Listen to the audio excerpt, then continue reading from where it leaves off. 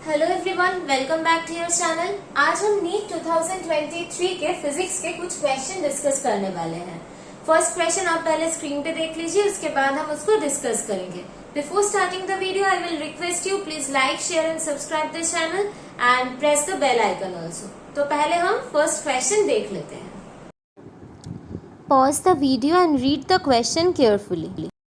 Question में carbon resistor दिया गया है जिसका वैल्यू है ये 22000 प्लस माइनस 5%।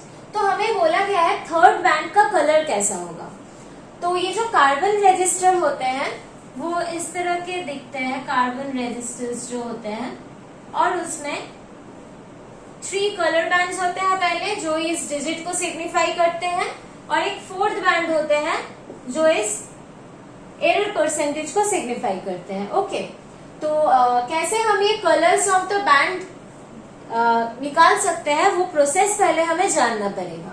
जो फर्स्ट बैंड होते हैं, ये जो फर्स्ट बैंड होते हैं कार्बन रेजिस्टर के, वो हमें first digit of the resistance देते हैं, फर्स्ट डिजिट। और ये जो सेकंड बैंड होते हैं वो हमें second digit of the resistor देते हैं, मतलब x फर्स्ट डिजिट है, y सेकंड डिजिट है। और ये जो थर्ड बैंड है ये हमें मल्टीप्लायर देते हैं, मतलब ये थर्ड बैंड हमें मल्टीप्लायर दे रहा है। मल्टीप्लायर मतलब 10 टू द पावर z। अगर ये थर्ड बैंड हमें z डिजिट दे रहा है तो ये z मल्टीप्लीकेशन में जाएगा, 10 टू द पावर में जाएगा। ओके, और ये जो फोर्थ बैंड है इससे हमें पता चलता है कि एरर परसेंटेज कितना है। तो पहले हम देख लेते हैं कि कैसे हम इसको बना सकते हैं। यहाँ पर हम देख रहे हैं 22000, तो इसको हम ऐसे लिख सकते हैं कि 22 into 10 to the power 3 plus minus 5%, right. So ये जो फर्स्ट 2 है ये हमें मिलेगा फर्स्ट बैंड से, दिस फर्स्ट बैंड से हमें मिलेगा ये पहला 2। ये जो सेकंड 2 है वो हमें मिलेगा सेकंड बैंड से, the second band of the carbon resistor. और ये जो 10 टू द पावर 3 है, ये डिजिट 3 हमें मिलेगा from the third band of the carbon resistor. और ये जो परसेंटेज एरर है वो हमें मिलेगा from the fourth band of carbon resistor. Okay, इस क्वेश्चन में हमें क्या पूछा गया है? पूछा गया है कि ये जो थर्ड बैंड है रेजिस्टर के वो कितना कौन सा कलर का होगा, थर्ड बैंड। तो ये थर्ड बैंड हमें क्या देता है? मल्टीप्लायर। तो थर्ड बैंड हमें ये डिजिट 3 दे रहा है, राइट। सो ये जो थर्ड बैंड है कार्बन रेजिस्टर के जिसका कलर हमें बोलना है वो हमें मल्टीप्लायर दे रहा है। मल्टीप्लायर यहाँ पर क्या है? 10 टू द पावर 3। सो ये 3 डिजिट हमें मिल रहा है थर्ड बैंड को जो सिग्निफाई करता है। तो हमें अभी पता करना है कि ये 3 डिजिट के कॉरेस्पॉन्डिंग कलर कोड क्या है। वो कलर कोड हम कैसे याद रखते हैं वो हम अभी दिखाते हैं। ये कलर कोड याद रखने के लिए हमें ये फॉर्मूला याद रखना है। थोड़ा फनी है, देख लीजिए, अच्छे से आपको याद रहेगा। BB Roy is a good batsman and a very good wicket keeper. ये लाइन अगर आपको याद रह जाए तो इससे आप कलर कोड सारे याद रख पाएंगे। ये जो बीबी रॉय के फर्स्ट बी है ये हमें देता है ब्लैक कलर। सेकंड बी से हम याद रखेंगे brown. R means red, O means orange, Y means yellow, okay. G means green. Batsman का जो B है वो हमें सिग्निफाई करता है ब्लू कलर।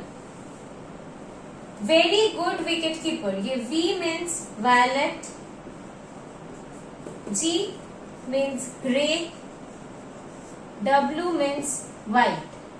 ये जो कलर्स के ऑर्डर है, मतलब black, brown, red, orange, yellow, green, blue, violet, grey, white, ये ऑर्डर याद रखने के लिए आप ये लाइन याद रख सकते हैं। BB Roy is a good batsman and a very good wicket keeper. तो इस लाइन से आपको ये कलर्स के ऑर्डर याद रहेगा। तो ये जो कलर ब्लैक है इस कलर कोड के कॉरेस्पॉन्डिंग डिजिट है 0, ब्राउन का कॉरेस्पॉन्डिंग डिजिट है 1, रेड का 2, ऑरेंज का 3, येलो का 4, ग्रीन का 5, ब्लू का 6, वायलेट का 7, ग्रे का 8, व्हाइट का 9। ठीक है। अगर आपको ये ऑर्डर ऑफ द कलर्स पता हो तो ये 0 1 2 3 4 आपको याद रह जाएगा। ओके, इसके लिए ये सेंटेंस याद रखना जरूरी है। अब हम आते हैं, हमें क्या निकालना है, ये जो थर्ड डिजिट है वो है 3, उसका कॉरेस्पॉन्डिंग कलर कोड हमें पता रहना चाहिए, राइट।